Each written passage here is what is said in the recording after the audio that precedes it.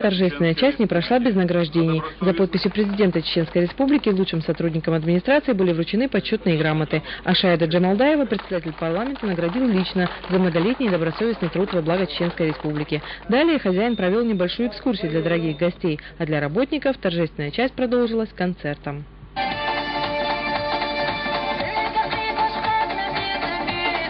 Лиана Эдемирова, Магомед Чекуев, Жамалай Хаджалиев. Новости.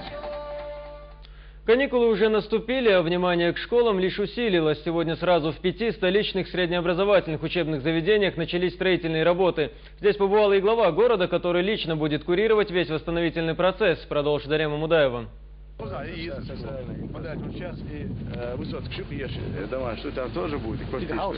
Мы можем гимназии сюда переместить чуть-чуть.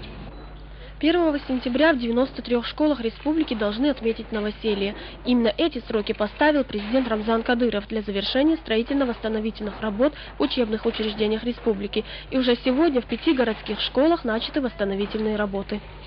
Сегодня мы, решили построить 4 школы в Октябрьском районе. Это на 360 мест 91-я школа, на 600 мест 57-я школа, на 480 восстановление 53-й школы и на 480 мест 25-й школы. И в заводском районе школы-интернат номер 1 восстанавливается. С ростом численности населения столицы Чеченской Республики появляется необходимость расширять объекты социального значения. Строительство 5 школ уже обеспечит республике более чем 2000 комфортабельных учебных мест. Так, по своему прямому назначению можно будет использовать объекты, приспособленные под учебные заведения. Это 35-40 школ, 100% юг, Магнальта. Прит детский сад, производство, технические помещения.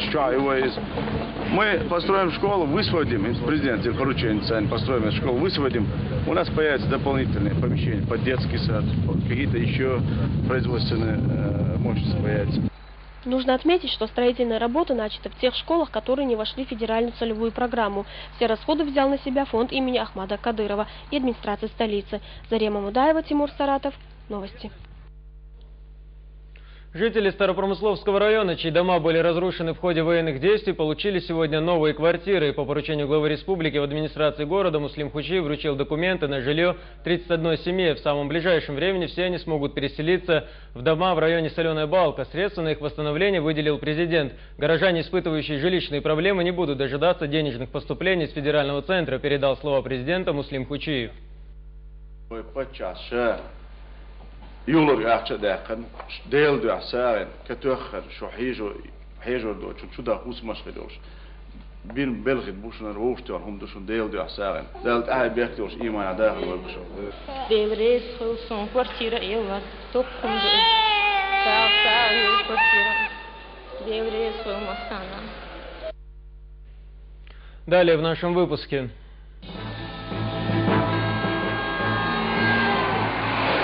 Это событие не менее долгожданно. Перевал через Сырский хребет стал образцовым объектом Минавтодора.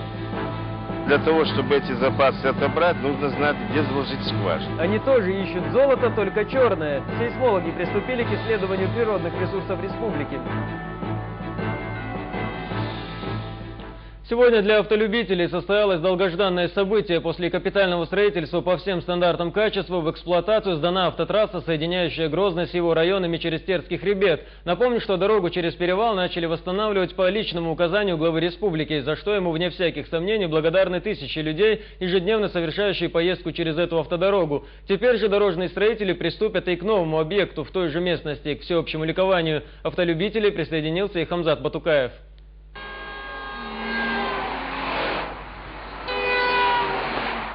Открыли дорогу необычно, резали не красную ленту, а рвали с места на машинах. Получилось эффектно. К чиновникам присоединились и простые жители. Правда, чиновники вернулись, дела государственной важности, а вот жители отправились дальше по новенькому полотну. Зная лихой характер наших автолюбителей, которых хлебом не корми, дай погонять, автоинспекция призывает соблюдать правила дорожного движения. Тем более президент накануне призвал с нарушителями бороться. По словам дорожников, дорога через перевал Терского хребта является одной из лучших. Качество асфальта недавно открытого завода, двухслойное покрытие и 3 полосы движения – все это преобразило 5-километровый участок трассы. Впервые в нашей республике на этом участке на подъеме будут работать 3 полосы, 2 на подъем, 1 на спуск, чтобы машины беспрепятственно могли обгонять и проезжать дальше, не создавая при этом аварийную ситуацию. Еще месяц назад, когда дорожники только приступали к работе, сюда приезжали президент и министр автомобильных дорог Абубакар Тумхаджиев. Минавтодор Рамзан Кадыров хвалит, такое доверие нужно оправдывать. Отсюда и повышенное внимание к дорожным делам.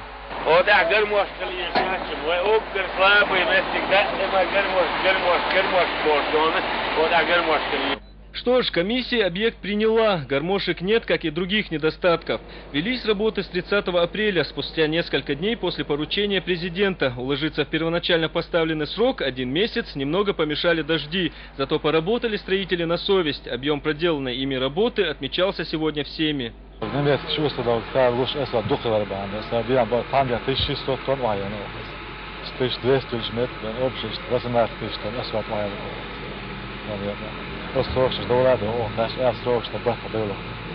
Уникален этот участок трассы еще и тем, что на его реконструкцию не потрачено ни 1 рубля казенных денег. Построен он по президентскому поручению и программе, так что подарок этот в полной мере от руководства республики. Хамзат Батукаев, Резван Абдулмуслимов, Заур Магомадов. Новости. В Министерстве транспорта и связи сегодня чествуют лучших работников. Указом президента Чеченской Республики за заслуги в развитии транспортного комплекса нашего региона медалью награжден заместитель министра транспорта и связи Солсбек Гамбулатов. Также звание «Заслуженный работник транспорта» присвоено генеральному директору ГУП Чечавтотранс Исраилу Кадырову. Его заместитель Альвиш Шахгириев получил звание «Заслуженный строитель». Кроме того, почетным знаком за трудовое отличие, а также почетной грамотой президента Чеченской Республики отмечены и другие сотрудники ведомства. В торжественной обстановке их вручил министр транспорта и связи Рамзан Черхигов. Теперь уже скромные нефтяные запасы региона заставляют думать о будущем. В республику по приглашению дочерней компании «Роснефть» прибыли сейсмологи для изучения наших природных ресурсов. Известно, что фонтанирующих источников практически не осталось, и в основном уже давно идет механическое выкачивание черного золота. До сих пор поиск новых залежей нефти не проводился лишь из-за отсутствия средств. Справятся ли с этой задачей теперь? Об этом Рустам Мугаев. Сейсмическая партия в Чеченской Республике – это вовсе не новая политическая сила в регионе. Так принято называть базу геофизических исследователей. Она впервые за последние 30 лет начала функционировать в республике. Для проведения работ фирма «Севкав нефтегаз геофизика» привлекла значительные силы и технику. За короткое время проведена большая мобилизационная работа, которая позволила нам эту сейсмопартию, которая в лучших условиях создавалась годами, собрать лучших специалистов и сегодня получать материалы, которые позволяют по предварительному сравнению с теми материалами, которые имеются на этой площади 20-летней давности, значительно лучше по разрешению. До сих пор в республике было только геофизическое сопровождение бурения скважин, однако большая необходимость чувствовалась и в разведочной геофизике. Для этого в Чеченскую Республику и была приглашена сейсмическая партия. Фирма «Севкав нефтегаз геофизика» является генеральным подрядчиком исследований. Заказчиком выступило акционерное общество «Грознефтегаз». Благодаря усилиям руководителя этого предприятия Мусы Искирханова удалось организовать сейсмическое исследование. Основная цель разведочных работ – обнаружить перспективные пласты залежей нефти и газа. Есть недоразведанные в свое время Грознефтью запасы С2. И для того, чтобы эти запасы отобрать, нужно знать, где заложить скважину. Вот эти вот работы конкретизируют нам строение данной структуры и определяют местоположение поисковой или разведочной скважины. Причем это будет не вслепую, а будет опираться точно на картах данной структуры и повысить надежность бурения.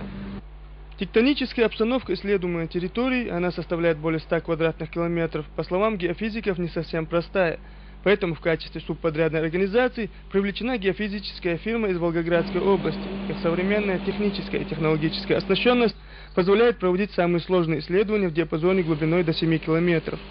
В России Вибраторы – это источники возбуждения волн.